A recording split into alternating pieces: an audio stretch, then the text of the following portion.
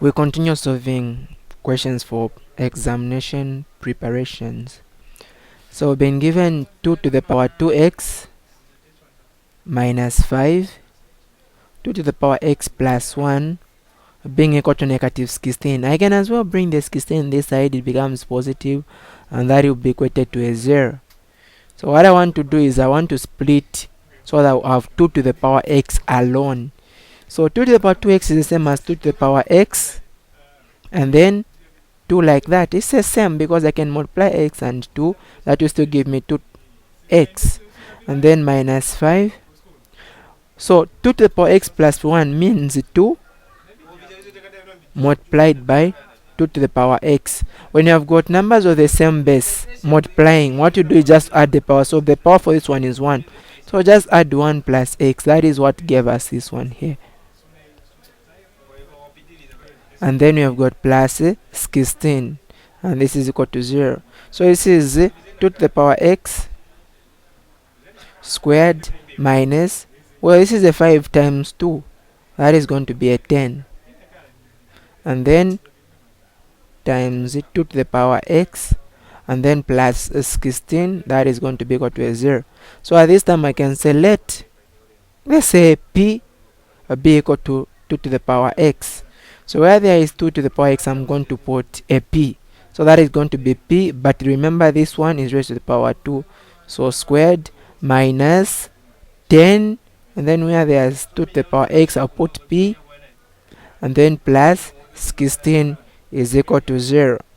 So the question is, what two numbers can we multiply to get 16? If we add them, they give us negative 10. Well, we have got negative 2 and negative 8. So this is the same as p minus 2, p minus 8 is equal to 0. So p is equal to 2, or p is equal to 8. Now we're not finding the value for p, but we want to find the value for x. But we know that 2 to the power x is equal to p, as we said at this point. So that means 2 to the power x is equal to 2, or 2 to the power x is equal to, where there is p, we are putting 8. So this means 2 to the power x is equal to 2 is the same as 2 to the power 1, or 2 to the power x is equal to 8 is the same as 2 to the power 3. That means x is equal to 1, or x is equal to 3. So those are the values then. Let's consider the next question here. Let f of x be equal to 4 plus 2 cos x plus k, where x is between 0 and 360, k is a constant value which is also between 0 and 360 degrees. Now the curve with this equation, y is equal to f of x, passes through the point 30, 5. I want to find the value or the values of k. So we know that y is equal to f of x. So that means y is equal to f of x. F of x, we know that is this one. So we're going to say 4 plus 2 cos x plus k. Okay, now we've been given one point here, 30 degrees, 5. So remember x is representing degrees, and this y is the y coordinate there, the 5. So we're going to substitute where there is y, we're going to put 5, and that is going to be 4 plus 2 cos, where there is x, we're putting 30, and then plus k. So taking 4 this side, it becomes negative 4. That is going to be 2 cos 30 plus k. Of course, that is 30 degrees. 5 minus 1, that is a 1. 5 minus 4, that is a 1, is equal to 2 cos 30 plus k. Well, I just want to remain with this one alone, so I'm going to divide by 2. So I can as well start with cos 30 plus k, and that is going to be equal to, we are dividing by 2 both sides. So that is going to be equal to 1 over 2. So at this point I can take the cosine inverse of 1 over 2. So I'll remain with 30 plus k is equal to cosine inverse of 1 over 2. And so we have got 30 plus k is equal to cosine inverse of 1 over 2. On our special angles, we have got a 60, 30, 90 degree triangle.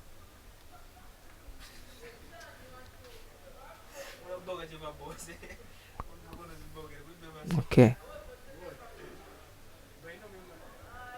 so this is 60 degrees, this is 30 degrees, and then this side is 1. Sorry, that is not the one. This is 1, this is a 2, and then this is √3. Now if we're talking about cosine and it is 1/2, well, we know that cos is given by adjacent over hypotenuse. So there, if this is the adjacent, this is the hypotenuse, then the angle of interest is what? 60 degrees. So cos 60 is 1/2. That means cosine inverse of 1/2 is going to give us 60. So that is going to be 60 degrees. Well, we know that this is cosine. Cosine is also positive in the fourth quadrant. And for us to find an angle in the fourth quadrant, it is 360 minus the angle that we found in the first quadrant, and that is 60. And so that is 30 degrees plus k is equal to 60 degrees, and 360 minus 60, that is 300. So what I'm going to do, I'll take 30 the other side, so it will be k is equal to 60 minus 30 and also 300 minus 30. So k is going to be 60 minus 30, that is a 30 degrees, or 300 minus 30, that is a 270 degrees. So these are the two possible values of k.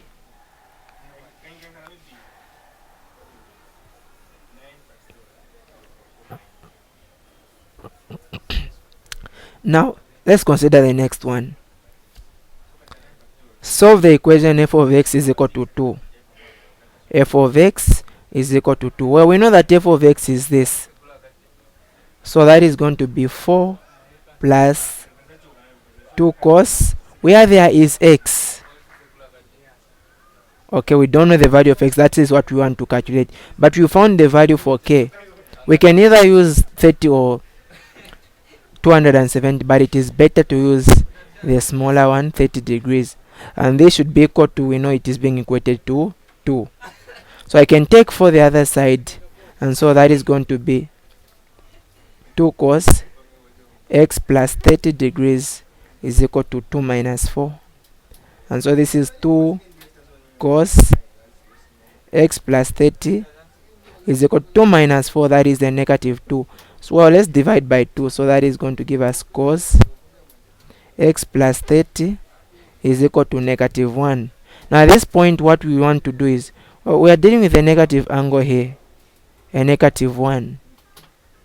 We can either use a graph of a cosine function, or I can take the cosine inverse of negative 1.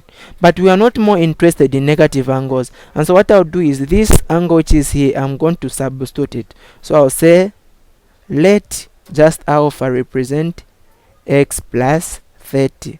So I'm going to say cosine of alpha is equal to, so where there is x plus 30, I've put alpha. And instead of me using a negative 1, I'm going to use a positive 1. And so we want to find the value for alpha. Alpha is given by cosine inverse of 1. Now for a cosine graph, because for us to find 1 it might be difficult, a cosine graph starts at 1. It moves like that to alternate between 1 and negative 1. Okay, that means the cosine inverse of, since cos, if we consider the angles here, at 360 degrees and at 0 degrees, we are getting a 1. So that means cosine inverse of 1 is going to give us 0. Okay, it's going to give us 0. Now we know it is also going to give us what? 360. Okay, so those are going to be the two values for cosine inverse of 1, 0 and 360. Another way we can do it is, if when we just find the first angle, so we are saying alpha is equal to 0. Immediately we find the first angle, you know that cos is also positive in the fourth quadrant. And how do we find angles in the fourth quadrant? It is by saying 360 minus the angle in the first quadrant. In this case it is 0 we found, and so alpha is going to be 0, 360 degrees. Well, we are not interested in alpha, we are solving for x. So we are going to now bring back this. Okay, but even before we bring back this, remember this value was negative, so we changed its sign. It was first -1, but we changed this sign to +1. So we need to go in the quadrant where the values of x are negatives. So all students take coffee. So that means cosine is negative here and here. So in the second and third quadrant. How do we find angles in the second quadrant? So we are going to say, therefore alpha is going to be angles in the second quadrant. It is 180 plus the angle in the first quadrant, that is 0. So this is already outside, because if we say 180 plus this one, it will give us so beyond the value that we want. So we just leave out this one. So 180 plus 0, it is still 180. What of in the third quadrant? How do you find values? Alpha is given by, it is okay, in the first quadrant it's actually, second, it is 180 minus the angle in the first, and then in the third it is 180 plus the angle in the first. It is still 0, so it will still be 180. So in other words, alpha is just 180. So to be able to find the value for x, we now take back this. Okay, so that is going to say alpha is equal to x plus 30, and our alpha is 270. That is going to be equal to x plus 30.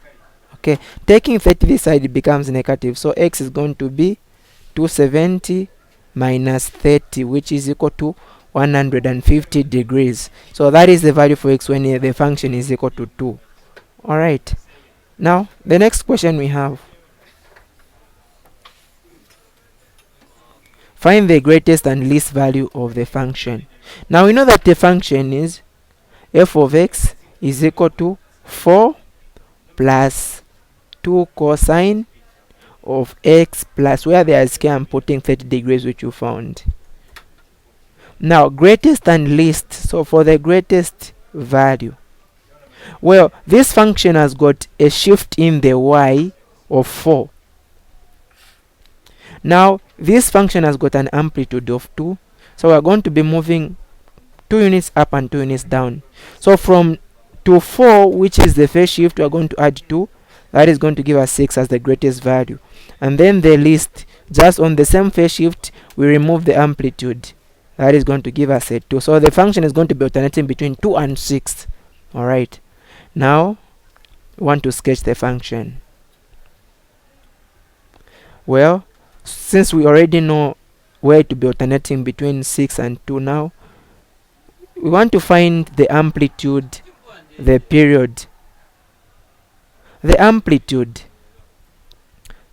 you know that it's absolute value of this number in front of the function. It's absolute value of 2, which is simply a 2. The period for this function is 2 pi over b. Now b is the number that is in front of x, and we don't have any number there. In other words, the number in front is 1. So the period is simply 2 pi. But where will the function start? We need to find the shift in the x. Okay, shift in the x. So this function, we are going to equate it to 0. In other words, just this portion, we are going to equate it to 0. So x plus 30 degrees is equal to 0. So x is equal to negative 30.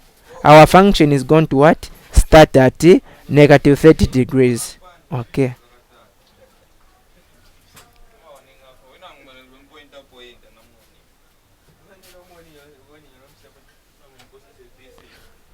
So it is starting at negative 30 degrees. Now and then the period for this function is 2 pi. Now I'm working in pi's anyway. This is 360, so I should have said 360 over b, because I'm not in radians. So this is actually 360 degrees. So I start at negative 30, and then the period is 360. Where am I going to end? So just add 360 to negative 30. That will give us 330. So that is it. That is going to be the point where we're going to end. It's more like a journey is supposed to take 2 hours, and then you start at 12:20. What time are you going to reach? So we are going to reach at 12:40. So same, a journey takes 360 degrees, but we are starting at -30. When are we going to reach? It's just to add 2 hours, add this, it gives you 12:40. So to -30, add the period, then that will give you where you are going to reach. Okay, that is it. And now this is a cosine graph, where we know that there is a shift in the y, and the shift in the y is at 4. So let's say there is a 4. The 4 is here.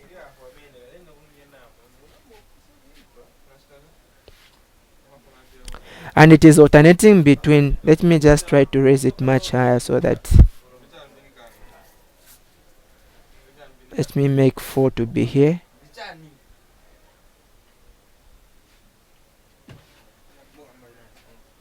Okay, there is a 4. And it is alternating between a 2 and a 6. We already found the least value. So the smallest value this function can be at is at -2. And then the highest value the function can be at is 6. Okay. So this is a 6. This is a 2. Now, because this is a cosine graph either starts at the greatest value or the least value. Now you look at the amplitude to determine where it's going to start. The amplitude is positive, and so it's going to start at the maximum. Well, it is also starting at -30, so that is at -30, 6. So this is where the function is supposed to start, and then it is going to end 330 units after. 360 units after, that is at 330. So it ends there. Now you need to know where the graph is going to have a minimum. So for you to find where it's going to have a minimum, just add this and this and then divide by 2. 330 plus -30, that is going to be 300. 300 divided by 2, that will be 150. So at 150 degrees, that's where it's going to have a minimum, and the minimum is here. Okay, now to find where it's going to cut this point, the symmetric point of the graph, this line, you need to add this value and this value and then divide by 2. So that is 150 plus -30. That is just the 120, and then 120 divided by 2, that will be a 60. So at 60, that is where it's going to pass at this point. Well, even this side, add this and this and then divide by 2 to find where it's going to cut.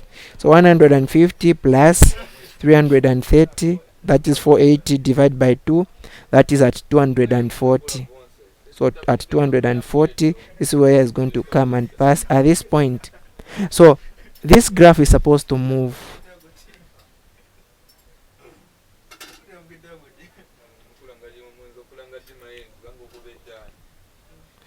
Okay, let me make it much smooth.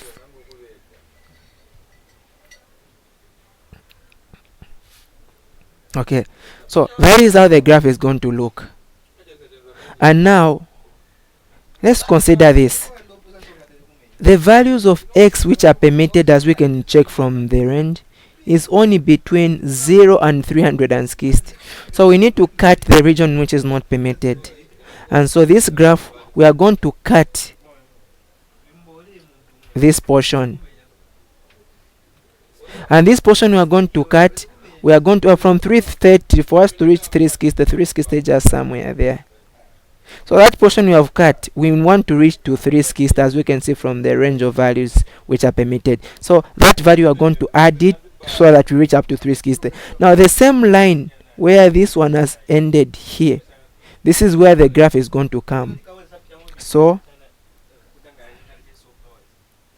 I can put just like a line like that. So let's say 360 is here.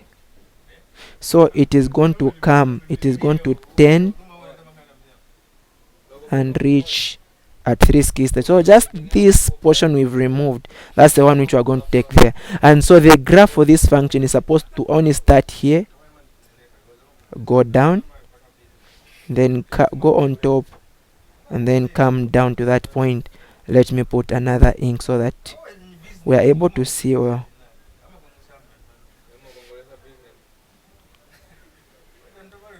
So for the range that you've been given, this is the only portion. So I can as well remove this portion which we are not allowed to include because it's outside. Okay, this is outside our range of values.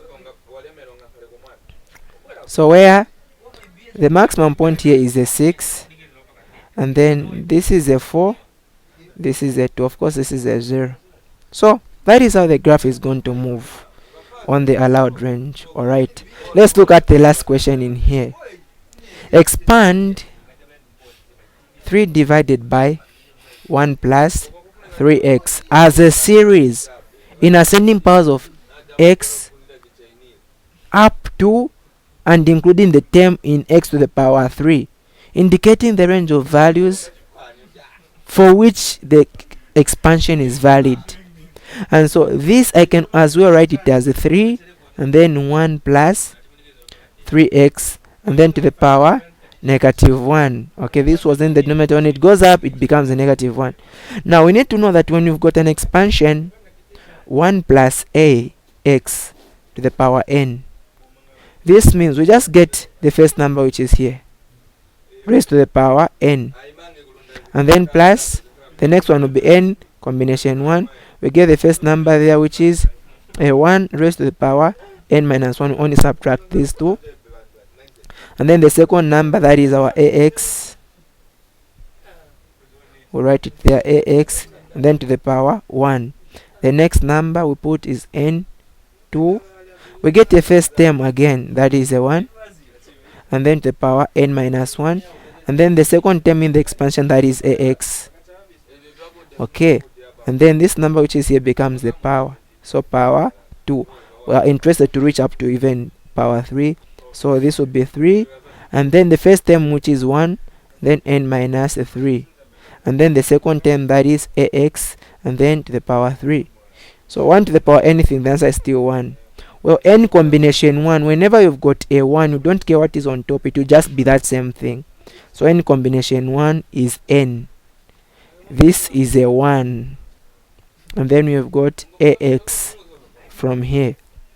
And then the next one we have is n combination 2, and n combination 2 means n factorial divided by n minus 2 factorial and then 2 factorial. And then we have got, we can expand this, that is going to give us what? A squared and then x squared, and then plus, we go to the next term there. N combination 3 means n factorial divided by n minus the 3 factorial and then 3 factorial.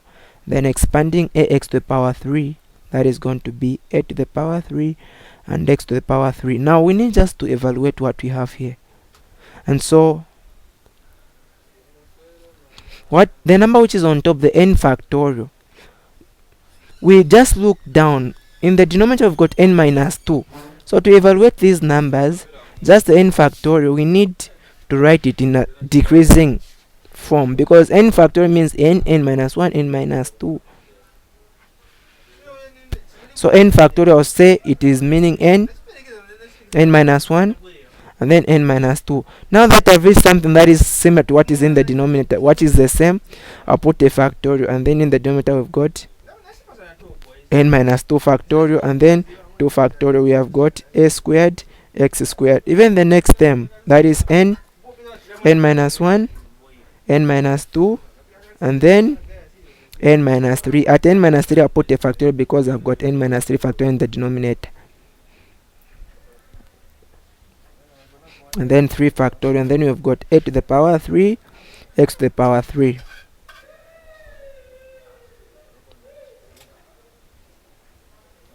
And so this is going to give us is equal to 1 plus, I can as well start with a and then n and x. So n minus 2 factorial cancels with what is on top. So we have remained with only n minus 1, and then a squared x squared divided by 2 factorial. 2 factorial is just a 2, and then plus n. Of course, even here this will cancel with this, n minus 1, and then in the denominator 3 factorial is 3 times 2 times 1, which is a 6, and then we've got a to the power 3 x to the power 3. So this is what we are going to use, and actually it's what we use for all expansions when you're expanding, those with negative powers and fractions. Whenever there is a 1 here, you can use just this. And so let's go on. So this is the 3. So the first expansion is going to be always a 1, and then plus the next one is a is a number in front of x, that is a 3, and then n, that is the power negative 1, and then we've got x plus n, that is negative 1, and then negative 1 minus 1 here, that is a negative 2, and then a, the number in front of x, is a 3, so it becomes 3 squared, and then everything divided by 2, and then you have got x squared, and then plus n. Okay, here I even removed n minus 2. N minus 2 wasn't supposed to be removed. N, which is negative 1, n minus negative 1 minus 1, that is going to be negative 2, and then here negative 1 minus 2, that is going to be negative 3, and then everything divided by 6, and then we have got 8 to the power 3, and our a is 3 to the power 3, and then x to the power 3. The terms will continue going, but we're only interested to ending to the term that has got power 3. And so what we are going to have here is just a 3 1. 3 times negative 1 times x, that will be negative 3x. Well, at this point we can see that the 2 and the negative 2 can cancel out, so we'll remain with, of course this is a negative 1, here we are going to remain with a negative 1, and then 3 squared, that is a 9, so negative 1 times negative 1, that is a 1, times 9, that's 9, times x squared, that will be plus 9x squared, and then plus the next term, negative 2 times negative 3 is a 6, which you can cancel out with this 6, and then 3 squared, that is a 27, but it will not be positive 27 because we have got a negative 1 here, so that is going to be negative 27, and then there is x to the power 3. The terms will continue moving. Okay, so we can just go on and multiply. 3 by 1 is a 3, 3 by 3, that is a 9x squared, 3 by 9, that is a 27x squared, 3 by 27, that is a 81 x to the power 3, plus the terms continue going. Now this expansion is valid for, we just get this value which is here, so the absolute value of 3x should always be less than this value which is here, so it should be less than 1. The absolute value of 3 is simply a 3, so that will be 3, absolute value of x is less than 1. Divide both sides by a 3. The absolute value of x should be less than 1 over 3. So this is the range of values for which it is valid, and I can as well write just this same thing as negative 1 over 3 is less than x, which is less than 1 over 3. And that marks the end of this video. Thank you so much for watching. Stay blessed.